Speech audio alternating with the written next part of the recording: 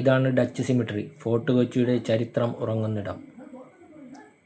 1663 പോർച്ചുഗീസുകാരിൽ നിന്നും ഡച്ചുകാർ കൊച്ചി പിടിച്ചടക്കിയതിനു ശേഷം അവരുടെ ഉദ്യോഗസ്ഥരും വ്യാപാരികളും സൈനികരും ഇവിടെ താമസിച്ചു.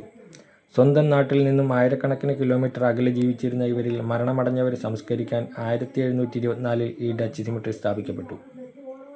ഇവിടെ ഏകദേശം 104 ടോംസ് ഉണ്ടെന്നാണ് ഹിസ്റ്റോറിക്കൽ റെക്കോർഡ്സ് പറയുന്നത്. ഈ സിമിട്രിയിലെ ടോംസിനൊരു പ്രത്യേകത ഉണ്ട്.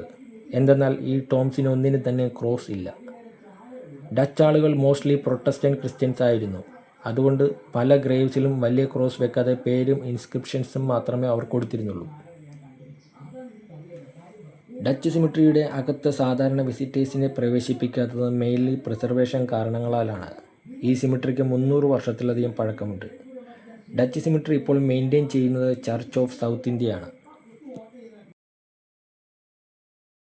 ഒരിക്കൽ ലോകം കീഴടക്കാൻ വന്നവർ ഇന്ന് നിശബ്ദ കല്ലറകൾക്കടിയിൽ വിശ്രമിക്കുന്നു.